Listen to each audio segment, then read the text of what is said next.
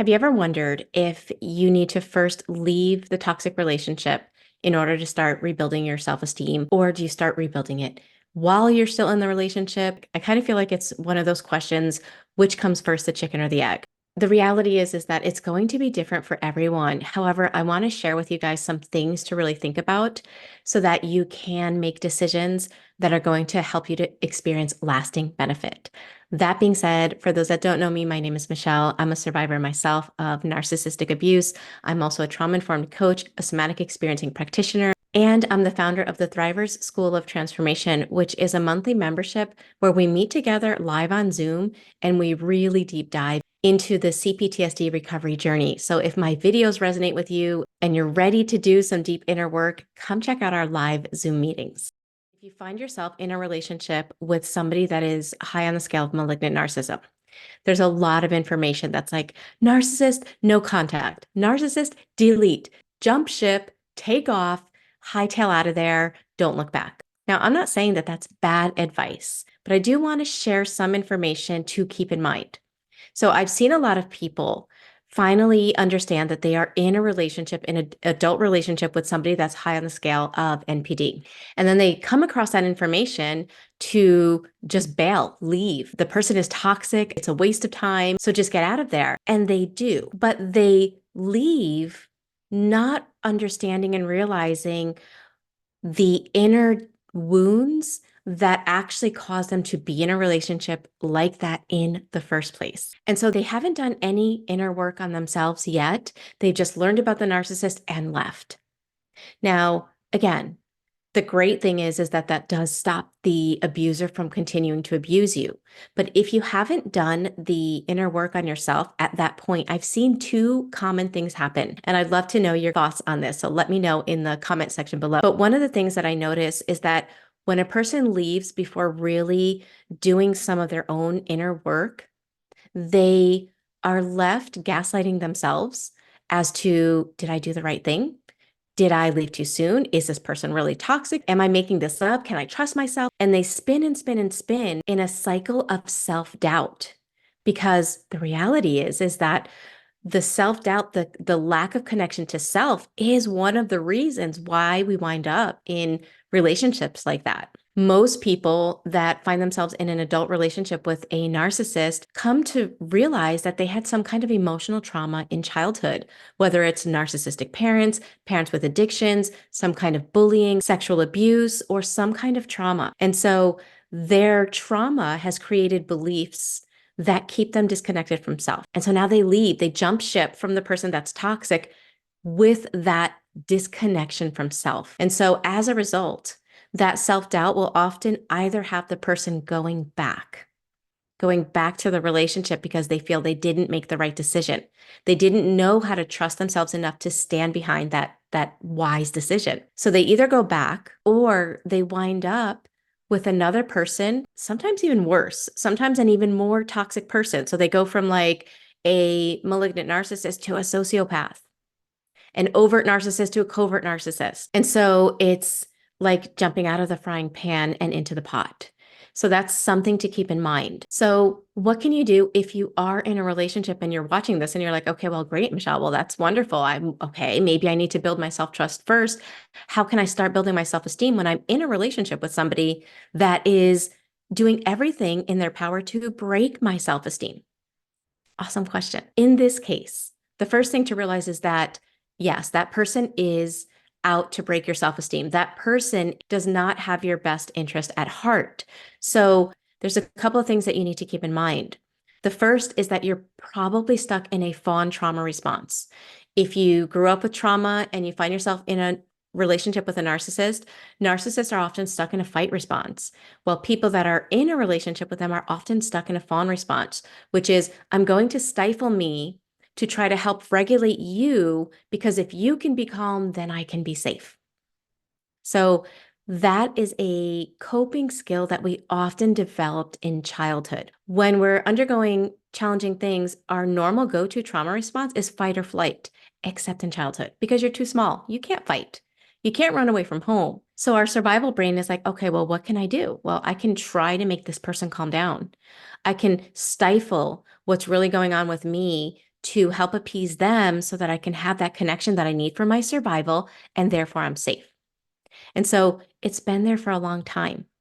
So as you start to build your self-esteem, part of it is deconstructing this automatic default coping skill that you've had for a long time, and that's not easy. So the first step is to learn how to stop fawning. I wish I could tell you, like, I'm going to give you 3 sentences, and in this video, you're going to learn how to stop fawning, and boom, tomorrow you're going to be over that. I wish I could tell you that, but that's not how it takes place. Overcoming our fawn trauma response is overcoming things that we've been in, that have been our default, that have been part of our survival brain for a long time. So it takes time. Some of the bottom line things that are helpful are first uncovering why the fawn response is there.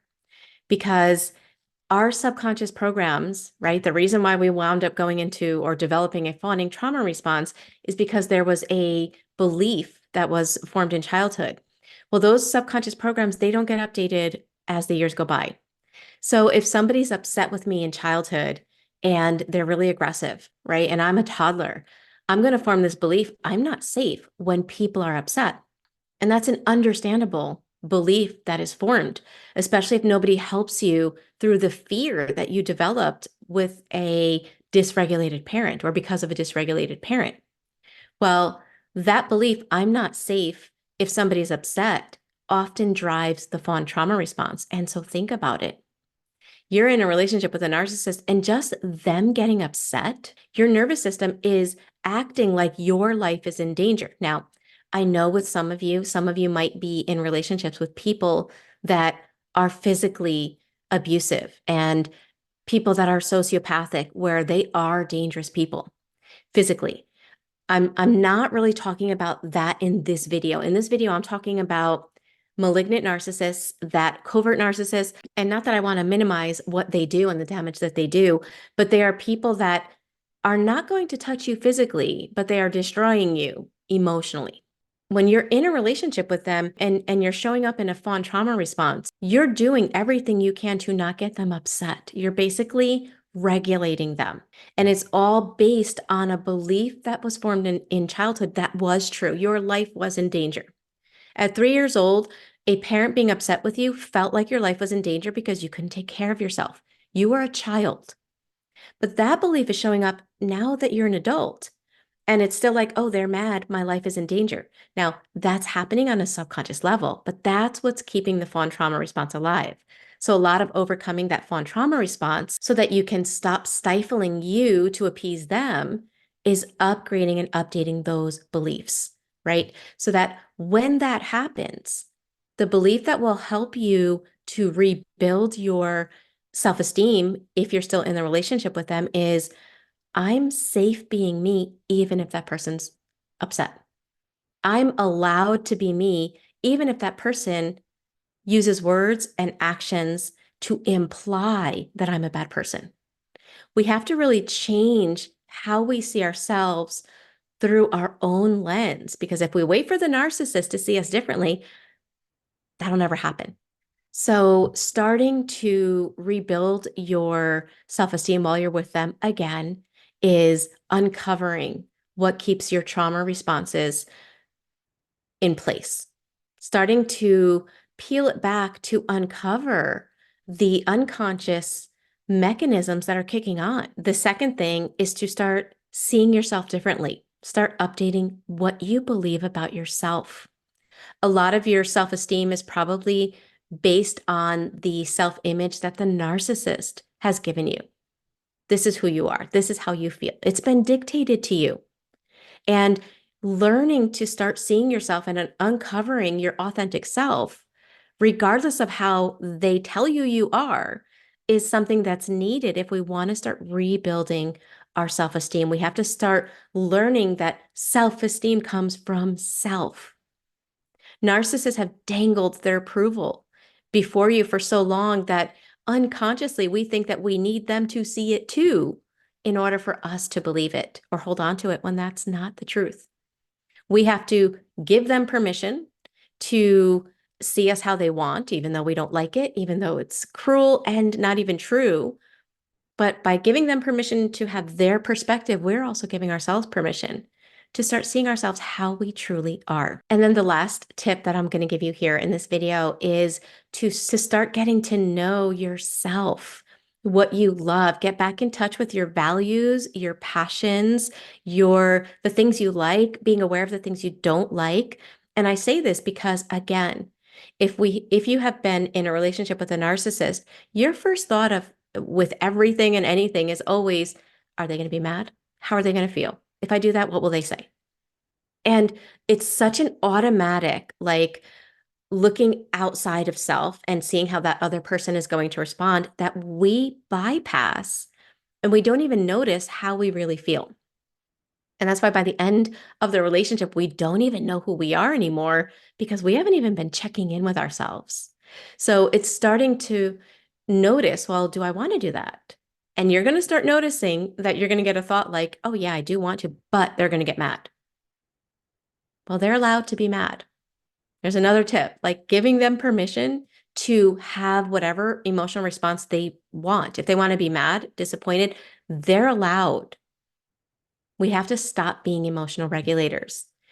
I'm not going to stifle me anymore so that you cannot get angry, because how unfair is that, right? So it's about giving yourself permission to be who you really are.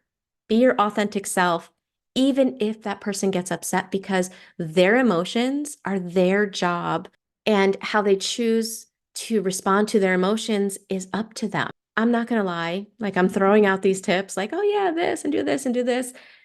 It's a lot easier said than done. I know with myself, when I first started to put these things into place, it felt like I was learning a new language, and I really was. I was really unlearning a lot of behaviors that I had been taught in childhood and just recreating them in an adult relationship, which only kept me recreating more unhappiness, more trauma, more stress. And so, that being said, I want to invite you to check out the School of Transformation. You can try it just for a month. It's only $79.99 for the month, and you get between 9 to 12 meetings every month. We meet live on Zoom. So instead of a video like this, you'll meet with me and a beautiful community of people that are on the same journey, and we dissect this information together. So if you're looking for more help and more support, make sure you check it out. I'll leave the links in the description box below.